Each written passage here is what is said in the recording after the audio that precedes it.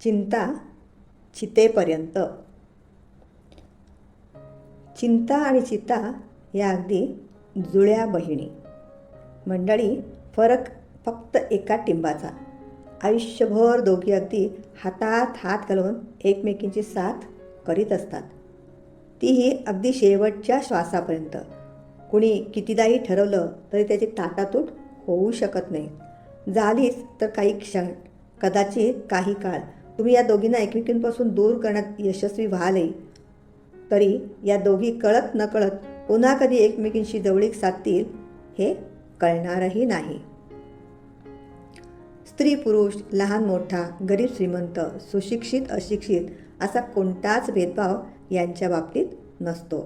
अगदी तळागाळाच्या लोकांपासून ते सर्वांवर अधिराज्य करणाऱ्या राजाची ही चिंता कधी पाठ सोडत नाही. आयुष्यभर ही चिंता अगदी क्रूरपणे आपला रोल वठवीत राहते.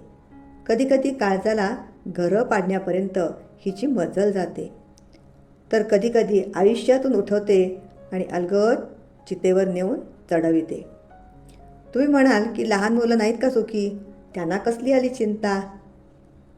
आई वडील, आजी आजोबा लाड पुरत असतात. खायचं प्यायचं खेळायचं मस्त झोपायचं. मंडळी, या 21व्या शतकात बालपणी कापरासारखं भुरकन उडून जातं आणि 2.5 वर्ष होताच मुलाला शाळेत डांबलं जातं. मग कुठलं आले मनमुराद खेळणं, मनसोक्त बागडणं आणि केव्हाही कितीही वेळ झोपणं. मुलं आपल्या भावना शब्दात मांडू शकत नाहीत, म्हणून ते आपल्या लक्षात येत नाही एवढंच.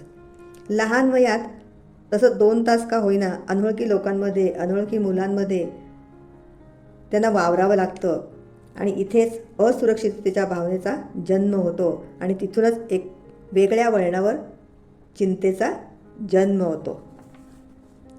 हळूहळू वेळेवर रोज उठायला हवं, नीट तयार होऊन शाळेत जायला हवं, आपल्या वस्तू आपण बरोबर आणायला हव्यात, स्वतःच्या हाताने खाऊ न सांडता खायला हवा, डबा परत दप्तरात ठेवायला हवा.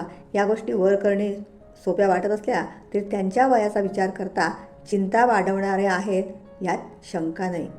पुढे पुढे वाढत जाणारा अभ्यास, येणारे वेगवेगळे विषय, छोट्या छोट्या परीक्षा, मग 6माही परीक्षा, 9माही, वार्षिक असे वर्षागणिक वाढत जाणारं अभ्यासाचं ओझं, यातून हे स्पर्धेचं युग. मला सांगा, या अशा परिस्थितीत बालमन तरी चिंतारहित राहू शकेल का? आजच्या युगात 10वी-12वीचं वर्ष म्हणजे आयुष्यातले सर्वात महत्त्वाचे डोंगर. घरच्यांच्या बरोबर दारचेही अगदी वारंवार मार्कांचा बागुलबाग दाखवित असतात. चांगले मार्क पडायलाच हवेत, नाहीतर काही खरं नाही. अशा प्रकारच्या सल्ल्याने चिंतेत भरच पडत जाते. मुलांच्या मनाला नाना शंका भेडसावू लागतात. मला पेपर कसे जातील, केलेला अभ्यास कमी तर नसेल ना, वेळेवरती मला प्रश्नांची उत्तरं तरी आठवतील ना, पेपर माझा पूर्ण लिहून होईल ना. प्रश्न अनंत आणि तेही चिंता वाढवणारे.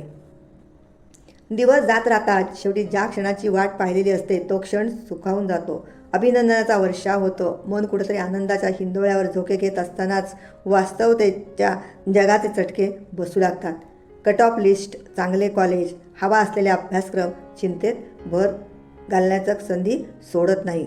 कधी परिस्थितीची हात मिळवणी तर कधी नशिबाची साथ, यातून काळ पुढे पुढे सरकत राहतो. येणारा प्रत्येक दिवस वेगळा अनुभव देत राहतो आणि चिंतेत कळत नकळत भर ही घातली जाते.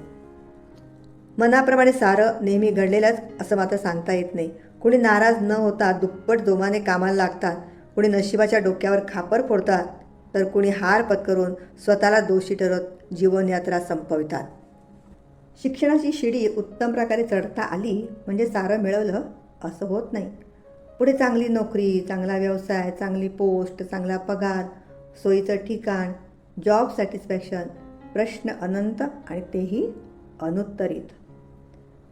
सर्वातून मार्ग काढत काढत कुठंतरी थोडं स्थिरस्थावर झालं असा विचार मनात रिंगाळण्याच्या आतच पुन्हा आयुष्याचा जोडीदार कसा मिळेल, संसार सुखाचा होईल ना, आई वडील, नातेवाईक यांच्याशी नातेसंबंध जुळवून घेता येणारी आणि जुळवून घेणारी जीवनसाथी मिळेल ना, घराचं घरपण माझ्यामुळे बिघडणार तर नाही ना, पुढे मुलं बाळं, त्यांचे संगोपन, त्यांचे शिक्षण, नोकरी, पुढे त्यांची लग्न इत्यादी इत्यादी. प्रश्न प्रश्न आणि केवळ प्रश्न. तेही चिंता वाढवणारेच. मंडळी, एकंदरीत काय, जीवनाच्या आरंभाबरोबर सुरू झालेली चिंतेची साथ ही जीवनाच्या अगदी शेवटच्या श्वासापर्यंत चालू राहते आणि चितेबरोबरच संपते. हेच खरं. काय पटतंय ना? धन्यवाद.